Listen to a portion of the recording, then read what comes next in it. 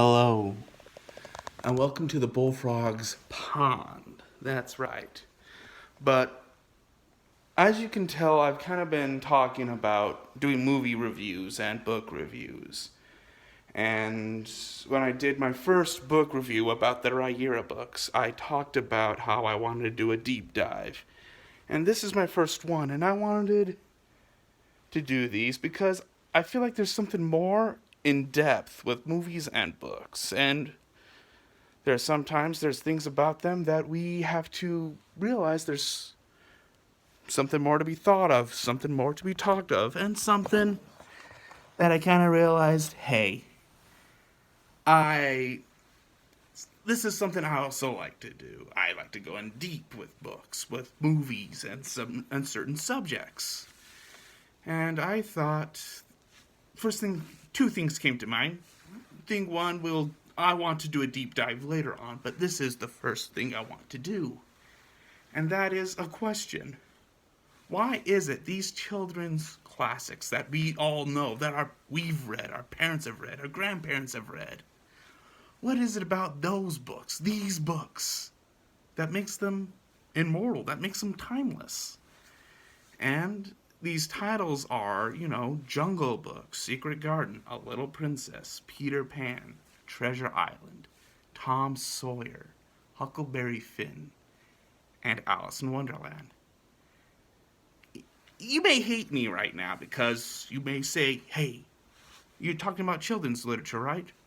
What about The Hobbit, Narnia, Pinocchio, and Winnie the Pooh? How come these are not quote unquote timeless children's classics?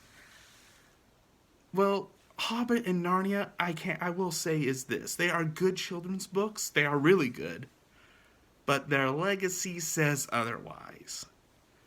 The Hobbit, it's obvious. The Hobbit leads to Lord of the Rings, Silmarillion, the Red Book, and so on and so forth. The Hobbit is just a diving board going into a deeper lore, deeper things, bigger bits. That is not really a children's subject. It's not really something that you would consider more of a children's literature. That is something more bigger. The Hobbit book is a children's book, but it is timeless on a different scale. Same goes for Narnia. Narnia has the reason why I don't consider it classic children's literature is the sake of, again, its legacy. This is more the subject of allegory, modern day, like it talks about God, and it talks about how these deeper philosophical things. And Narnia and C.S. Lewis kind of opened up for Golden Compass and other books like it, where they use allegory to talk about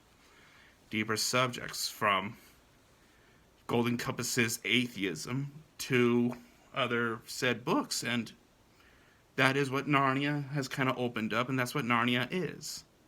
And Winnie the Pooh, let's face it, it's adorable, but it's more children's. We're talking about, you could read this to little kids, and like 5 or 3 or 2 or 1, and it will still keep their attention, the bright colors and everything. And Pinocchio, have you really read Pinocchio? Has anyone really read Pinocchio? Pinocchio is timeless, but I think Walt Disney kind of made it more timeless than we think. And as I'm thinking about it, I'm probably not.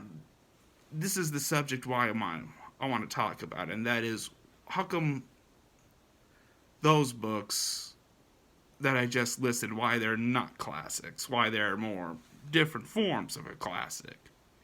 But those big books I talked about before, Jungle Book, Secret Garden, A Little Princess, Peter Pan, Treasure Island, Huckleberry Finn, and Alice in Wonderland. Why is it that these books, some of them over 100 years old, are standing still good today? And I wanted to find out. I actually did a marathon, starting with Jungle Book and ending with Huckleberry Finn. I listened to all of these books, and I was listening to them to know why these books are so timeless, why these books are so, well, will stand the test of time. And I think Jungle Book kind of tells you why. It tells you why these books will be timeless. And I think that is, there's a depth, a deep.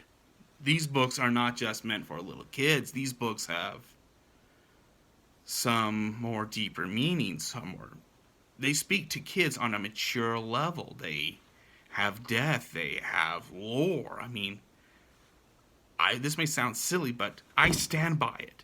Jungle Book is just as rich as J.R.R. Tolkien, maybe just as, and it's not as heavy-handed like Tolkien, because Tolkien has all these different books. How with Jungle Book, there's only Jungle Book, and believe it or not, Jungle Book Part 2. And with that, that's all you get from Jungle Book, but when you read it and it talks about the law of the jungle, you feel like there's something bigger, there's something more, that maybe what is the law of the jungle? It has such, it's so adult, it's so mature, but yet it doesn't talk down to the kid. None of these books talk down. They have different subjects. Some of these characters, we all know their names. And again, it kind of goes, why is it timeless? Dang it.